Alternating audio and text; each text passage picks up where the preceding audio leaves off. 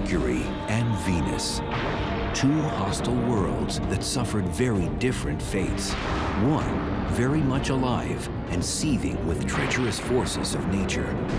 The other, a planetary carcass, gouged by millions of high-velocity impacts. Both demonstrate the true horrors of planets gone wrong.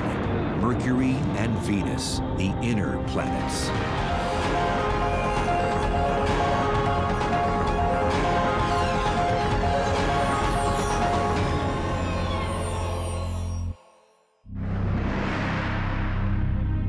Along with Earth and Mars, Mercury and Venus make up our inner solar system.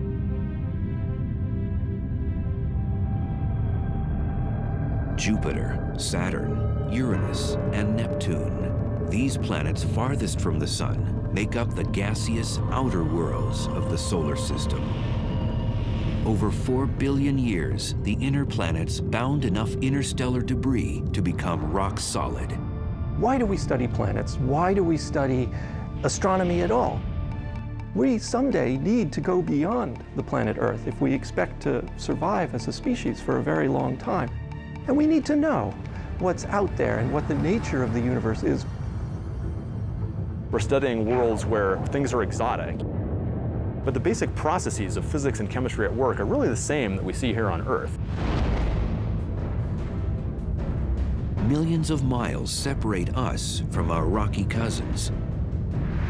But a tour around Venus and Mercury reveals a common DNA. We can go to Mercury and Venus and really look at these as places, as worlds with their own histories, and then contextualize our own planet's history. Venus is the 6th largest planet in the solar system. At its closest, it is 26 million miles away from Earth. A year on Venus lasts 225 Earth days. And if you weighed 150 pounds on Earth, you'd weigh 136 on Venus.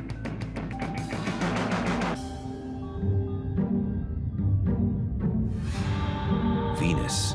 When the ancient Romans looked up, they were captivated by its commanding presence. They named the planet after their serene goddess of love and beauty. It's such a beautiful presence in the sky. It seems obvious the connection there. Venus has long been considered our sister planet because of its closeness in composition, gravity, density, and size. Venus and Earth are almost twins in a lot of ways. They're almost the same size. Venus is slightly smaller than Earth. So if Earth was a regulation basketball, Venus is a soccer ball, slightly smaller. And Venus is the closest planet to Earth. So for a long time, it was thought of literally as a twin planet. For ages, scientists thought this twin, like Earth, was a planet covered with deep oceans, lush rainforests, and had a climate that would give credibility to the notion that intelligent life could exist there. Before the space age, people thought it might be very Earth-like on Venus. But the paradox is when we actually got to Venus and started exploring it, the conditions there are so different. It turned out Venus was less of an exotic sister to Earth and more of an evil twin. So here you have two very similar planets in their sort of bulk properties, but they've evolved to such different states. And that creates an interesting problem in understanding planetary evolution, a sort of controlled experiment. Take these two similar planets and let them go for 4 billion years, and then why do they end up so different? First, some of the basic differences. Venus has been hit hard with meteors. One so strong that some scientists think it may have reversed the planet's rotation.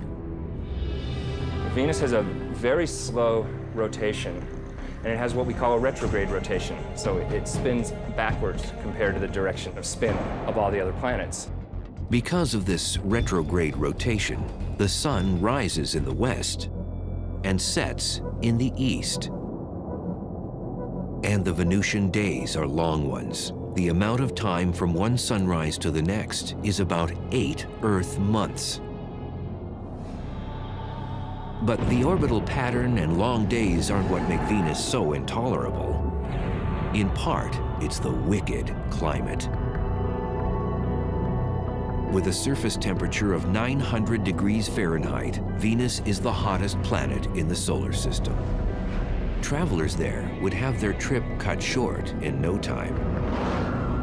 It would take a matter of seconds, maybe 1 second before they were gone, roasted to death. If you're an astronaut sitting on Venus without a spacesuit, then your skin's gonna crisp up. You're gonna cook just like a turkey in an oven, except much faster even.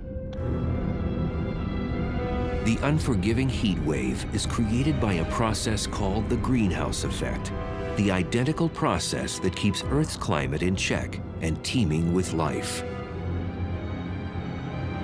But a closer look at Venus tells us how this common trait can be a cycle of life and a cycle of death.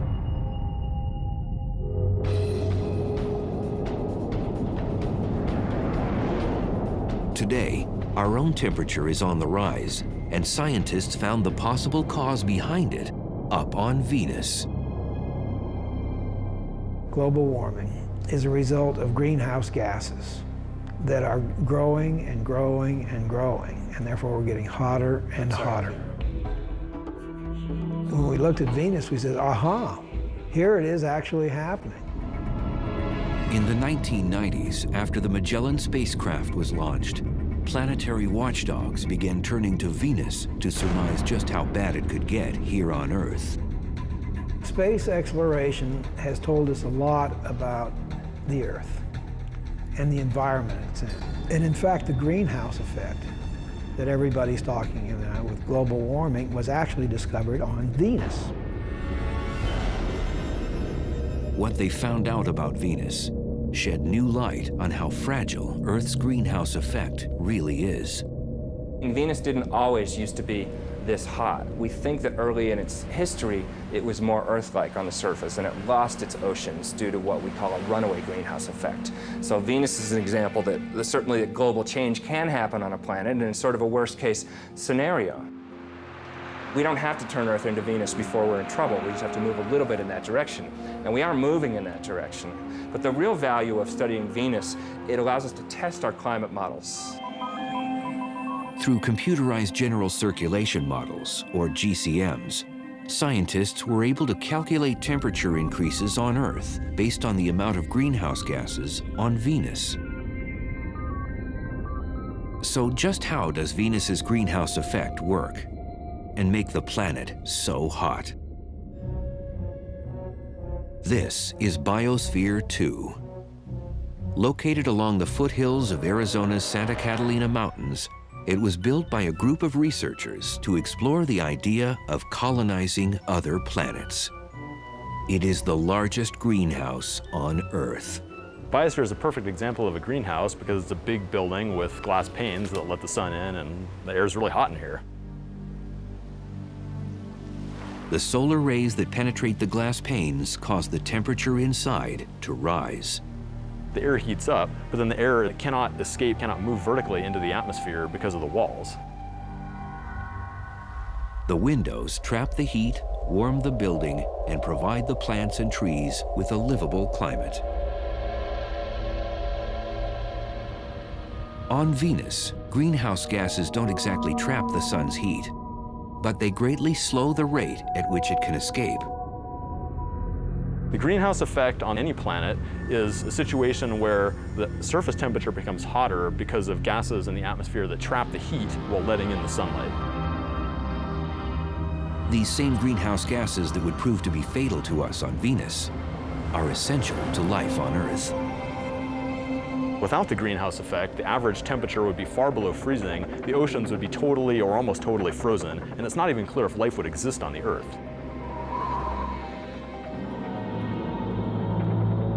We talked about how hot it was, but why is it so hot? The answer has to do with the atmospheric composition. It's almost all carbon dioxide there. Carbon dioxide, or CO2, makes up 95% of the Venusian atmosphere. And that high volume of gas traps more heat. that's going to give you a strong greenhouse effect, and that's going to make it really hot. And that's why it's so hot on Venus. It's an extreme example of global warming. On Venus, volcanoes are the natural spring source for CO2 and other gases.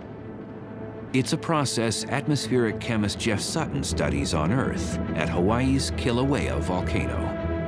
Deep below the surface, atomic compounds ignite during volcanic activity to form CO2. The gas is born from the pressure created by the heat of molten rock, or magma.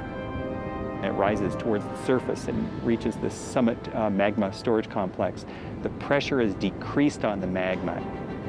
And the effect of that is to allow gases that are trapped under the very high pressure to be released and bubble out. The Venusian surface would likely have cracks in the lava similar to these vents, where gases escape into the airstream. Somewhere between 8,000 and 30,000 metric tons of carbon dioxide boil out of the magma chamber each day. And it amounts to something on the order of 3.5 to 5 million tons per year. And that's just one volcano here on Earth. Venus has more active volcanoes, and that means more heat-bouncing gases. So all the CO2 just builds up in the atmosphere on Venus, which just makes it hotter and hotter.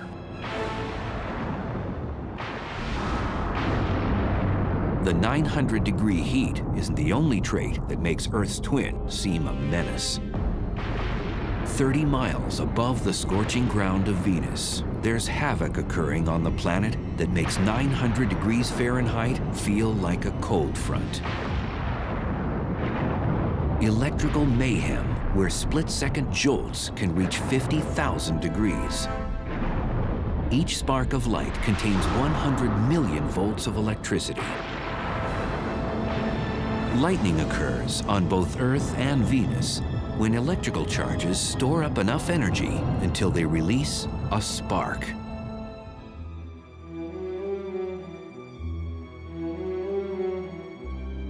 Mears Oppenheim teaches planetary physics to students at Boston University.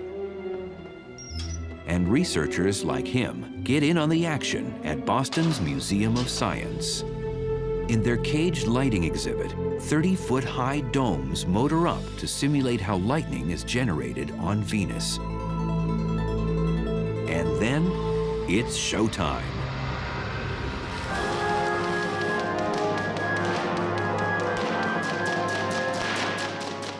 So look at this. We're generating so many millions of volts on these domes that voltage has to escape. And it's actually ripping molecules in the air apart. The air in the domes, like within the Venusian clouds, stirs up the electrical distribution of tiny atomic molecules. So the ripped molecules make that light as they reassemble themselves, and that's what a lightning bolt is. Cosmic particles from exploding stars way out in the galaxy trigger lightning. When these hit the atmosphere, they provide that spark. These are particles that come from way out in the universe into the atmosphere and cause a shower of charged particles.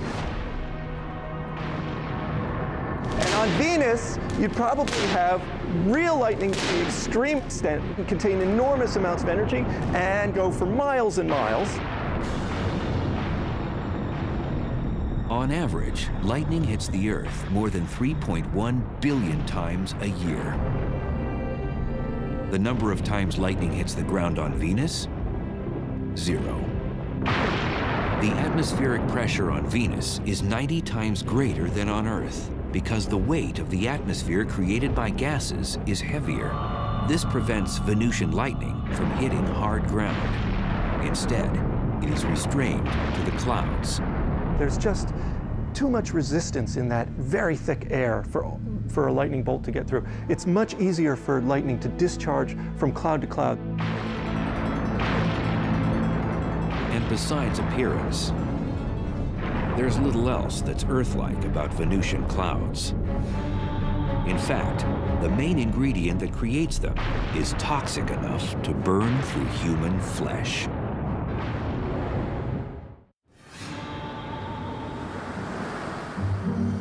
From Earth, you might be able to see Venus twinkle in the morning and evening skies like a star. Definitely not a wallflower. It's so bright in our sky, not just because it's the closest planet to us, but because it's the most reflective planet. Because it turns out Venus is completely covered in these bright reflective clouds. 80% of the sun's light bounces off the clouds that blanket the planet. But even in the clouds, Venus, our so-called twin planet, manages to show an evil nature. And we know that the clouds of Venus are made out of sulfuric acid, basically like battery acid. And that sulfuric acid is made by sulfur dioxide coming out of volcanoes on the surface. Like its greenhouse cousin, carbon dioxide, or CO2, gas pressure pushes sulfur dioxide to the surface through volcanic vents. It's the same gas chemist Jeff Sutton monitors carefully at Hawaii's Kilauea volcano. The gases, the sulfur dioxide in particular, is a noxious, toxic gas. And we wear gas masks to protect our lungs and our airway because sulfur dioxide combines with the moisture in your nose and throat and forms sulfuric acid. Sulfuric acid is nasty stuff. You don't want to splash battery acid on you. You know, you're careful not to do that. It's basically the same stuff. So it would not be good to suddenly stick your hand into the Venus clouds. So if a traveler to Venus could survive the acidic clouds, the lightning bolts, the toxic air, and the heat, just how would the Venusian surface look?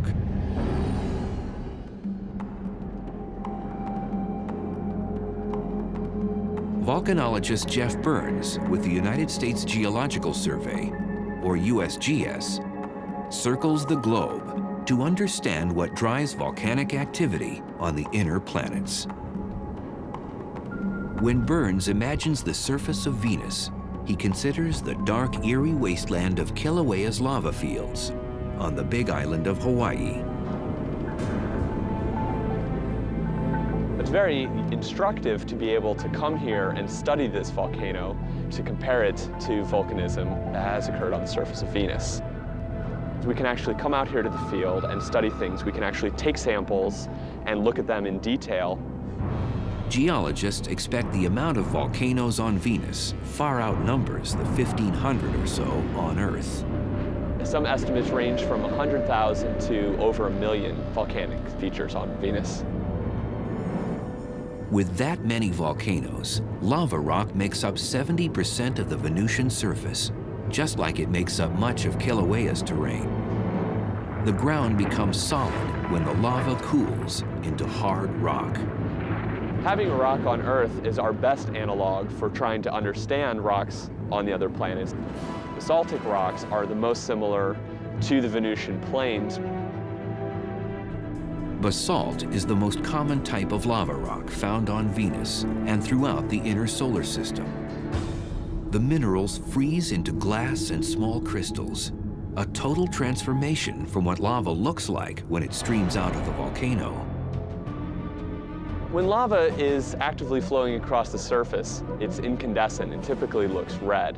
Now, quickly it'll form a silvery sheen over the top of it, and then over a period of a few weeks will turn black, such as the lava we see around me here. At 5 miles high, Mont Mons is the largest volcano on Venus. And it's left some tremendous lava channels in its wake, just like Kilauea did. Now, as you can see, the structure, we have levees here on the sides, and then internal structures as well. This is similar, perhaps, to how large channels called canali formed on the surface of Venus. However, they formed at a much larger scale. Large enough to create seemingly endless miles of canali across the Venusian landscape. Consistent in both width and depth, the canali are much longer on Venus than on Hawaii because of environmental conditions on the planet. The dense atmosphere and hot temperature slows the magma from cooling into solid rock. And with little wind and no rain to further cool the magma, lava can cut through the surface for months after an eruption before it hardens.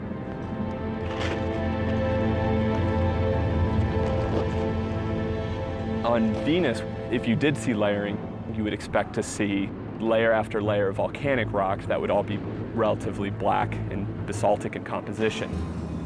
You would probably see little bits of color due to potentially oxidized iron, which would look red.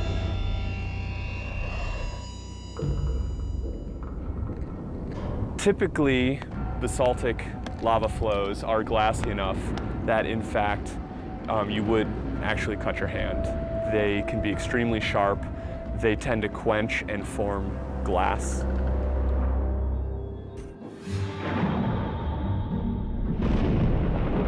And then there are the skies.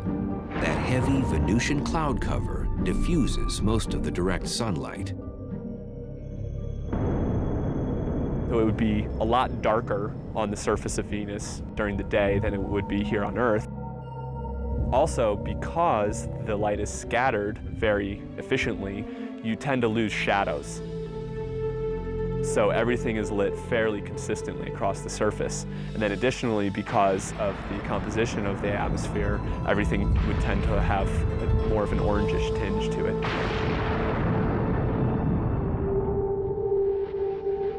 Besides canyons, jagged mountain ranges scrape the Venusian skies. The planet's highest peak is on Maxwell Monts. Maxwell is about 35,000 feet high, which puts it at a healthy distance above Mount Everest or any mountain on Earth. Everest is something like 28,000 feet high. So it's definitely larger than anything on Earth. Our sister planet seems to have outdone one of our 7 natural wonders. But how would the Venusian terrain measure up against another geologic feature, our canyons? The Grand Canyon, a great chasm eroded over 250 million years by the Colorado River. When the Colorado Plateau was uplifted millions of years ago, it gave the water more energy to cut back through the canyon and wear away the rocks. The vast canyons on Venus may have also been formed by erosion, but not by a river. Volcanic systems can erode canyons by having fluid flow if it's very fluid, not very viscous. Materials can erode similar to water. And the Grand Canyon is only part of the Colorado River system, but even looking at the Colorado River system as a whole is not nearly as long as the longest channels on Venus. Had the ancient Romans known about the volcanoes, acidic clouds, lightning bolts, toxic air, and that scorching heat, perhaps they may have named our evil twin planet after something other than their goddess of beauty and love. There's irony there because, of course, the Greeks and Romans didn't know anything about the conditions on Venus. And then here we are a couple thousand years later, and we're actually exploring this place, and, well, it's not quite so nice according to our taste. But how do the dangers found on our sister planet compare to the cosmic violence on Mercury?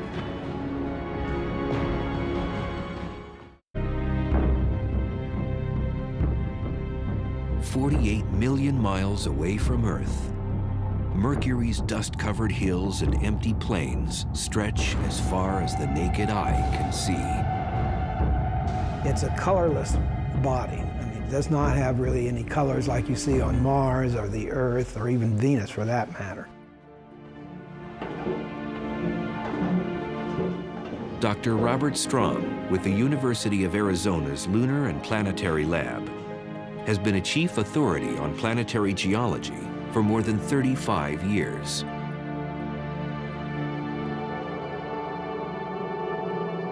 Mercury is the innermost planet, and it's quite different than anything else in the solar system.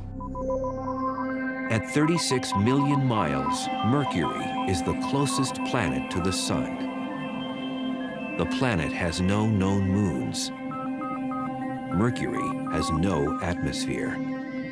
And it's a naked-eye planet, visible on Earth during the twilight hours.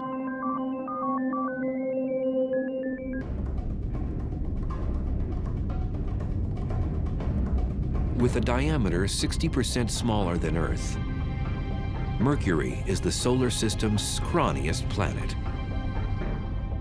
Much too small to generate the strong gravitational field needed to retain an atmosphere. Gravity depends upon the mass of the object, on the mass. So the larger the mass, the more the gravity. So on Mercury, the gravity is less on there. Since the planet's gravity is so weak, if you weighed 150 pounds on Earth, you'd only weigh 57 pounds on Mercury.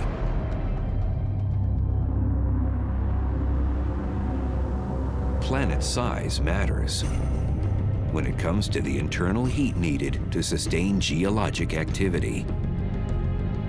The internal convection currents that drive geology stop, and in general, it just freezes up and there's no way to sustain that geological activity. And that happened to Mercury a long time ago, probably after less than 1 billion years of its life. The days when the planet beat with a strong pulse that produced volcanic and tectonic Mercury quakes are long gone. Is Mercury a dead planet? Depends on what you mean by dead. Is it internally active now? Probably not. It's probably not active at all. It is essentially a dead planet and has been dead for about 4 billion years. For a near lifeless planet, Mercury still has some movement. Named by the ancient Romans after the swift-footed messenger god, Mercury orbits the Sun in 88 Earth days, the fastest of any planet. But when it comes to the time it takes Mercury to spin on its own axis, the planet holds the record for being the slowest. Length of time, around 180 Earth days, about half a year. The Sun's gravitational force creates a tidal friction within Mercury, which slows down its speed as it spins on its axis. This means a year on Mercury is shorter than a day on the planet. And that sluggish rotation gives Mercury a somewhat peculiar weather forecast. For 6 months, the side exposed to the Sun reaches 800 degrees Fahrenheit. On the other side, the temperature drops to 300 degrees below zero. It has a long time to heat up on the side facing the Sun and a long time to cool down on the other side. And that's why it has these huge temperature extremes. Despite its close proximity to the Sun, Mercury is a bit of a black sheep in the planetary family. Its skies always seem like starry nights. The skies would be black. The reason we have blue skies on the Earth is because of our atmosphere. Nitrogen scatters light preferentially in the blue, and so that's why the sky looks blue. Mercury doesn't have an atmosphere, so the sky would be black. Legend holds that Mercury, the Roman god, invented the sport of boxing. This is one planet that's taken the lion's share in the ring.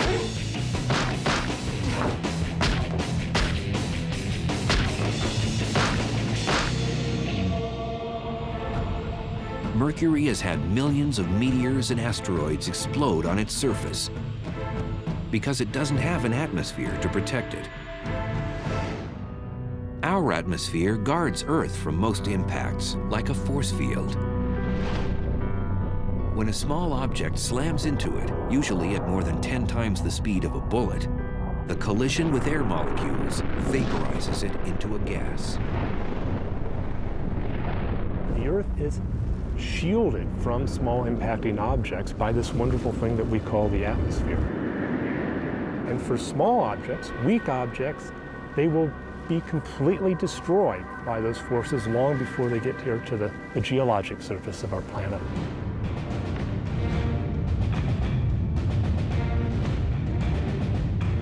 On Mercury, without that atmosphere, the asteroids and meteors smack down at full throttle. This makes Mercury the most heavily cratered planet in the solar system. You cannot take a step on Mercury without encountering an impact crater. Back in 1974, the Mariner 10 space probe mapped half the planet's surface, including the largest crater ever surveyed in the solar system. The most prominent feature is a feature called the Caloris Basin, which is a very large impact crater that is about maybe 900 miles in diameter. 900 miles in diameter. That's a couple hundred miles broader than the entire state of Texas. Researchers speculate the iron meteorite that made that impact stretched for more than 60 miles before it crashed into the surface. Moments after impact, seismic waves converged at the antipodal point, the spot on the exact opposite side of the planet. The seismic waves, the shock waves from this thing traveled, and they've concentrated simultaneously around the other side of the planet and literally shook apart the surface. The seismic turbulence jumbled up the crust and twisted the terrain into unusual rock formations. There's all this weird terrain. In fact, the technical term is weird terrain. Because you look at it and it's just weird. It's jumbled up and hilly and doesn't make any sense according to most geological activities. It's just very rough and looks as though somebody kind of scooped up the surface and just kind of dropped it down. Pre-existing craters suddenly became crude hills, some 6 miles wide and a mile high. In fact, the amount of surface elevation could have been on the order of 1 kilometer or 2 in just a few seconds. It would have been horrendous. Scientists have no way of knowing exactly when the Caloris impact happened, but they can surmise one thing. If an asteroid the same size crashed into the Earth, the impact would be catastrophic and wipe out human civilization.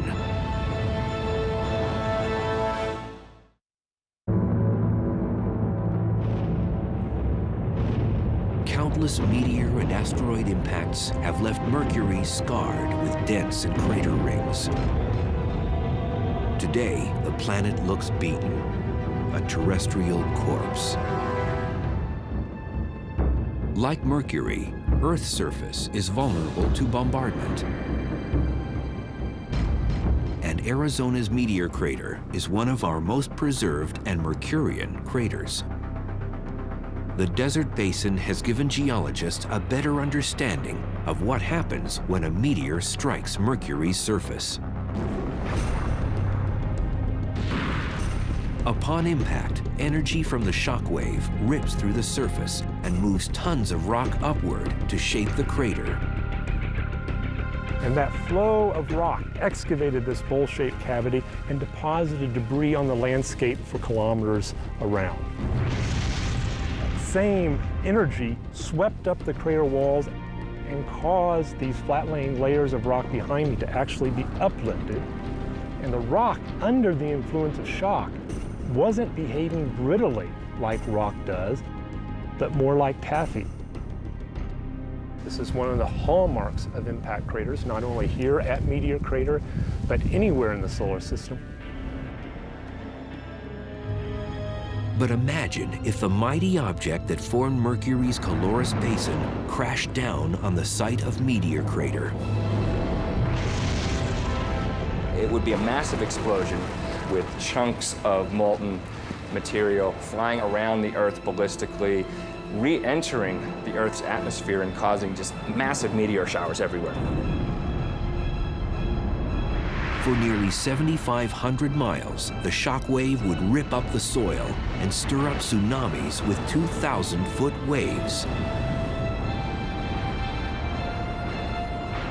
massive tsunamis propagate around the Earth and inundate much of the world's coastlines. It would flatten Las Vegas, Nevada, the cities of Salt Lake City, Utah, San Francisco, California, and Los Angeles would vanish in a split second. Shock waves from the impact would propagate through the solid Earth thousands of miles from the site of an impact like that. Those seismic waves would converge at the impact's antipodal point, off the coastline of Africa's Madagascar, at the bottom of the Indian Ocean. Suddenly, a mountain range would explode through the ocean floor and crash up to form that weird Mercurian terrain. Like an unbelievable earthquake, probably everywhere on Earth for an object that large. Meteor crater would be a nick in the surface compared to the Mercurian gash left behind from a Colorus-type impact. The gouge would consume a quarter of the continental United States. An object that size would eliminate a large portion of the west coast of the U.S. If it fell, say, on Arizona. It would literally change the coastline in an instant.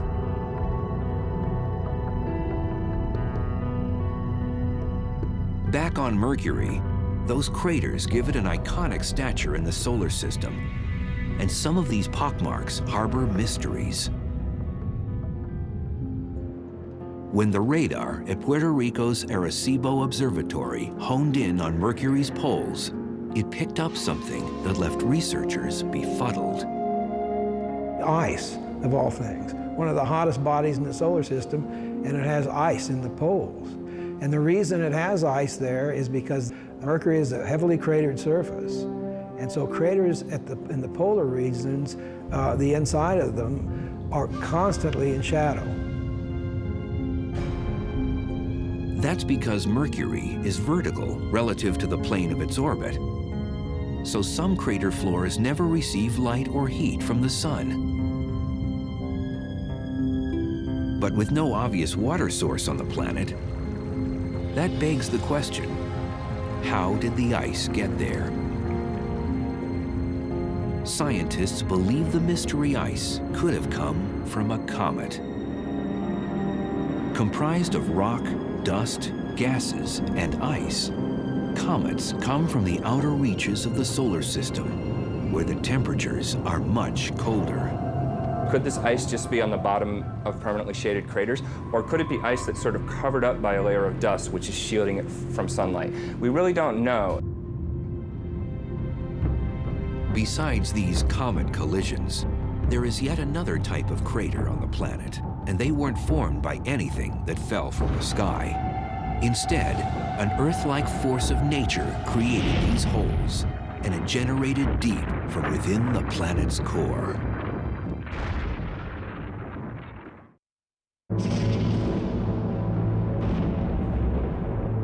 Mercury. A closer look at its terrain by scientists reveals that some of its craters could have been formed from something other than asteroids, comets, and meteors. We do understand that the dominant geologic process that affected Mercury, at least Mercury's surface, is impact cratering. The second most important geologic process to affect Mercury is volcanism. Although we haven't seen any definite evidence of volcanoes on Mercury, we do expect that there have been volcanic eruptions in the past.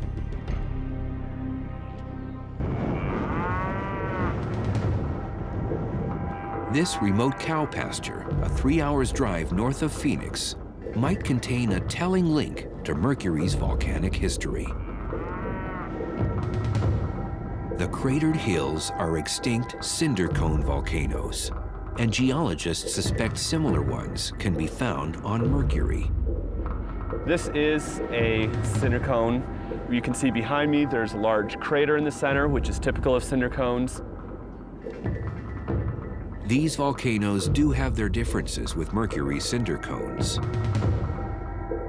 because Mercury has less gravity, we would expect the cinder cones that form to be much wider and much flatter. All volcanoes erupt when the pressure from the magma, or molten rock inside, is greater than the strength of the rock containing it. Pressure increases for two reasons: too much magma and too much gas. And when pressure increases in a volcano, it usually has one place to go. Lava comes up to the surface and erupts explosively. You have a vent area and you have what's called a fire fountain. If the pressure is great enough, its force can spew lava higher than 100 feet on Earth. But on Mercury, with such low gravity, the fountain could eject lava 30 stories high.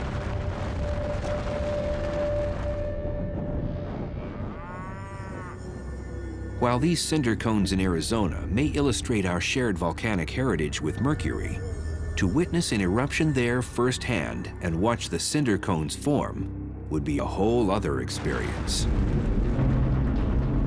First, without an atmosphere, a plume of ash and smoke and debris wouldn't billow across the landscape. That material would go into essentially a vacuum of space because Mercury doesn't have an atmosphere, so that material would break up much more. Also on Mercury, you wouldn't be able to hear the loud eruption. Since Mercury has no atmosphere, there's no way of transmitting sound. So if you were on Mercury and playing a guitar or a ukulele or a piano, you would not hear anything because there is no atmosphere to transmit that sound. So it would be just complete silence. Back in 1974, Mariner 10 surveyed only 45% of Mercury's surface on a flyby mission. 30 years later, NASA launched the Messenger spacecraft. The satellite will map the entire planet and transmit data to eager scientists with a deluge of unanswered questions. I want to see the other side. I don't know what's over there, and that's been bugging me for 35 years. Is it like the side we saw, or is there something very unusual and different? But even with resources being earmarked for future exploration of this rumpled dwarf in the solar system, exactly how different or similar we really are may be left up in the air.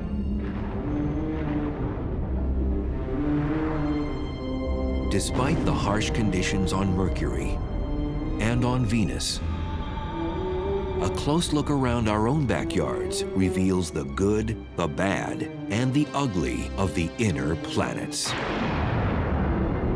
The universe is this vast, vast thing, and here we are sitting on this little pinprick. I mean, we are not isolated. We see things that happen on these other planets for tremendous climatic changes in the past that have happened in a very short period of time and changed that. And that can happen on the Earth. Ultimately, it enriches our knowledge of who we are and how unique and how rare an environment like ours and even creatures like us might be in the universe. And that evolution, that exploration, that turning the corner, that discovery of new ideas is what we're all about. There's a bright future.